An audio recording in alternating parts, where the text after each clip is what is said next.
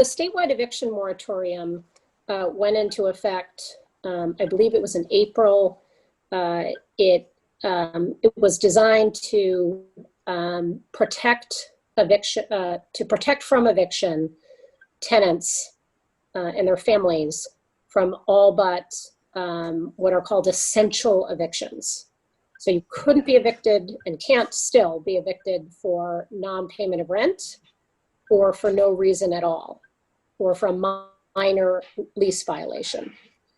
And that moratorium is in effect until October 17th because it was extended by Governor Baker. There are other pieces of that that aren't perhaps as commonly known. It also stops foreclosure actions. And another important piece of that homeowners need to be aware of, including small landlords, is that there's a mortgage relief provision.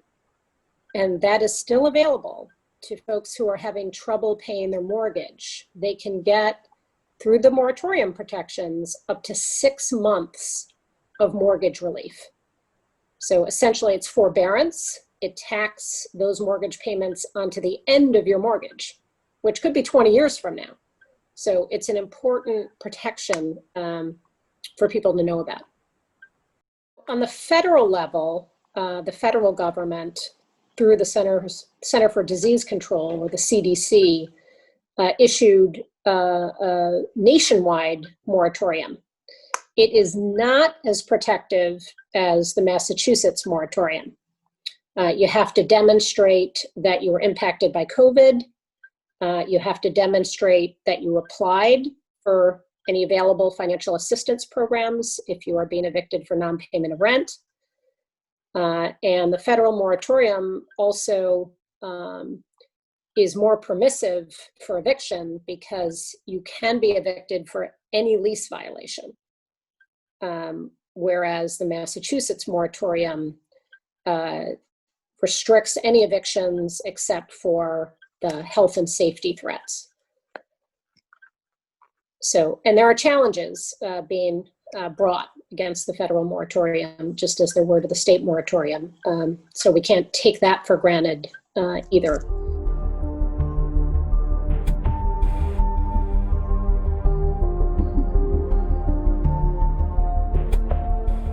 Certainly from a legal aid perspective, we're very concerned about a potential deluge of evictions come October 17th. So that's real cause for concern. Governor Baker did extend it once. We can't take for granted that he will extend it again because there's a lot of opposition and there are landlords under financial strain who are not getting rent payments. And I do want to emphasize, there's language out there and in the moratorium saying tenants are still responsible for their rent. And that's important because I think some people may mistakenly believe that because the moratorium protects them from eviction for non-payment, that the debt for the unpaid rent somehow goes away. It doesn't go away. You're still responsible for that. So it's important for tenants juggling bills to still try to put rent first. Experts are predicting anywhere from 20 to 40,000 evictions being filed out once the courts open statewide. So they've gone from, at least in our region, from 2 days in housing court. They're going to be going, for all of the housing courts, they're going to 5 days to adjudicate a lot of these filings. But I think what folks need to understand is that eviction is a process, and judges and by and large landlords really don't want to vacate their tenants from the unit. So I think what's really important here for folks to remember is, there's a form that that tenants have to fill out that specifies that they're unable to pay their rent due to COVID, due to loss of income or loss of employment or having been ill. And so there's that piece, but also tenants sort of stand on more positive ground when they do go before a justice, when they've made even partial payments, throughout this crisis, just not paying anything at all, isn't, doesn't leave folks in a better position. But even, making an effort to pay partial payments, accessing assistance programs like RAFT, and any other resource that's made available, that's important as well. I mean, there's, it's a tenancy, it's a partnership between the landlord or between the property owner and the tenant. So they both have to work together. And of course, a judge is not going to be inclined to, move to execute an eviction right off the bat. And like I said, eviction is a process and can take up to 3 months for it to work its way through. So in the meantime, as folks go to adjudication or go to housing court, they have to be mindful that they have to either conference in via phone, or they can video conference in. Not showing up at all will only decide the case in the property owner's favor. So that's really important to remember.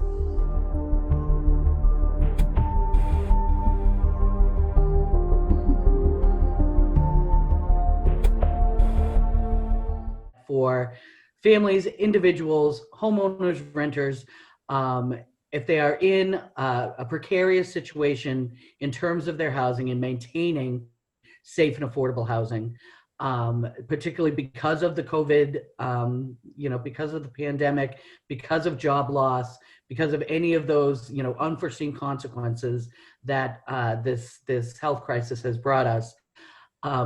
RAFT and IRMA are the two key program responses that the state of Massachusetts has basically empowered to respond to those crises and help people kind of stabilize themselves and position themselves so that as we move back to what we hope will be normal, they won't find themselves in a situation where they've got 6 months of back rent, where they've been unemployed, and it's simply impossible to catch up.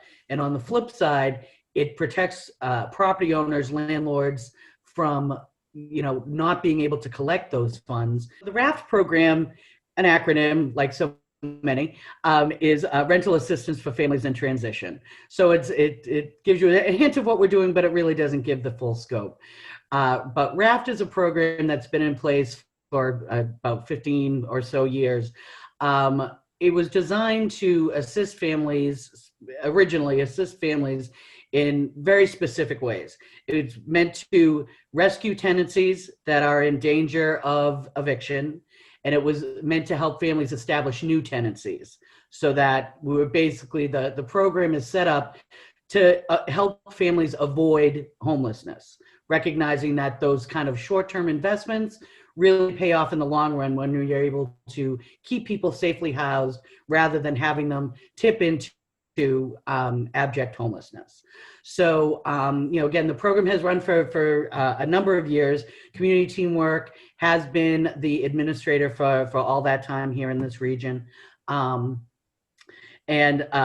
basically, when we're talking about the way RAFT funds can be spent, it is meant to, help with some back rent. It can help with, again, first and last when people are establishing tenancies. Right now, our limit is at $4,000 per year. So that's the kind of target benefit level. What has happened, and this is prior to COVID even, there have been some expansions to RAFT so that we are able to work with single individuals. We are able to work with households without children. And we also have the ability to work in some mortgage situations. Once the moratorium has expired, any rent or even for mortgage forbearance, that balance is going to become due, once that moratorium expires. So for folks that, are unemployed as a result of the pandemic, at Community Teamwork, we do have an employment program that assists folks with accessing the Career Center and also connecting folks with training opportunities. So for folks that are out of work right now for, you know, a variety of reasons, it's an excellent opportunity to, you know, to hook in with our secure jobs program so they can, you know, get back to work, you know, sooner and with perhaps even a different skill set or a set of training that would put them on more steady ground for the future.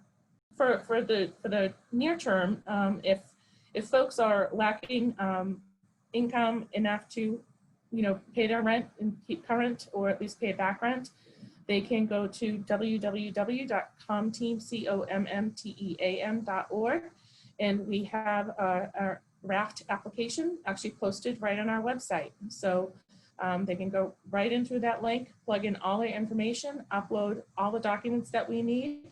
Once that that piece is completed, then we take that and we move that application forward, reach out to the property owner, and then we issue payment. So it's a fairly easy process. If folks need to connect with someone, they can reach out to 978-654-5607. And folks will be available to provide, you know, just brief general counsel or guidance. You know, for folks that have children under the age of 5, we also have our fuel assistance program. So as we head into, you know, fuel season, certainly that's an opportunity for families to access additional assistance to offset those costs. So the Commonwealth, I think, really has taken a front seat role and shown their commitment to ensuring the stability of housing, you know, in the state. I think the reality is that we have seen increased funding and that we recognize we need to keep advocating and sharing updated information, because as each month ticks by, the problem gets worse. Job loss overall is still significant. Massachusetts has a higher, when compared to the rest of the country, does have higher unemployment statistics as a result of the pandemic. So we're definitely feeling that here in the Commonwealth more so than other locations. So I think we recognize as each step goes along, as each month passes by, we need to remain really vigilant and ensure that our government and all of their representatives are well aware of the situation on the ground. That even as something seems to be getting better, there are still just thousands and thousands of families and individuals whose tenancy, the very roof over their heads, are at risk because of this crisis and as a direct result of this crisis. Making a connection through our resource center, which is where the hotline goes initially, will allow anyone to be able to connect with someone who can talk to them about all the comprehensive range of services that community teamwork can provide. And we're able to make referrals certainly to all of our internal programming, whether that's childcare or other housing supports or fuel assistance and financial education. There's kind of a whole realm of programming that's all designed to help individuals and families during critical periods like this. And we also have the ability to make appropriate referrals to a lot of our other partner agencies in the area.